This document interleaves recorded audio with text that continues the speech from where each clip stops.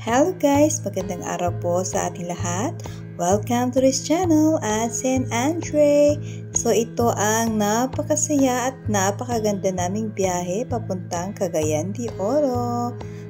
So ayan, napakaganda ng araw. So that is 6 AM. So here is Andong sleeping. Ayan. So from Baguio City to Naiya Terminal 3, bumiyahe kami ng 4 na oras. And then, ito na nga, dito sa airplane. So, this is 1 hour and 50 minutes. According kay Kapitan.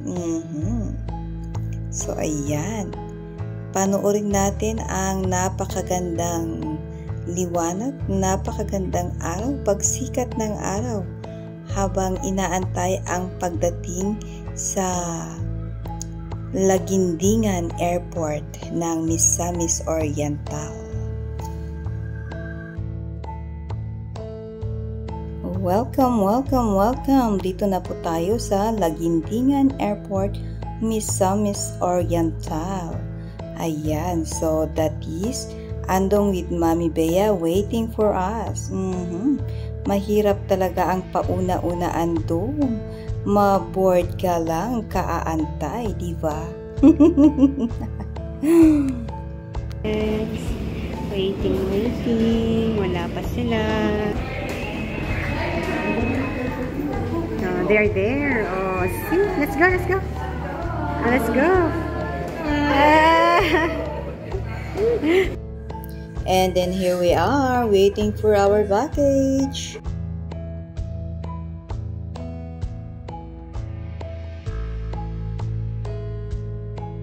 Hello everyone!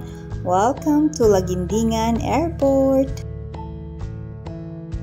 Patalastas, earthquake safety tips, drop, cover, and hold on.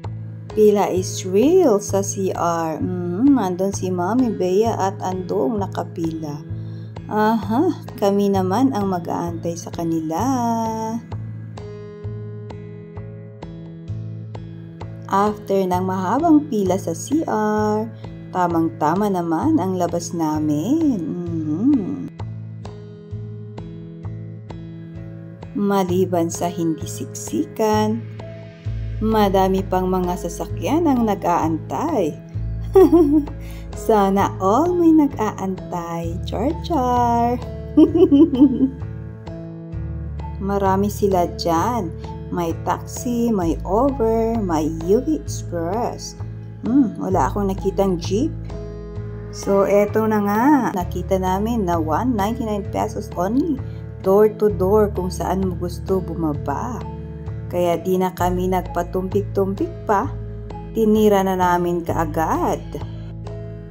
Di na kami nagtanong how much ang taxi, how much ang Uber, etc. Baka mas murayta. Pero okay na rin din dito. Sakay na.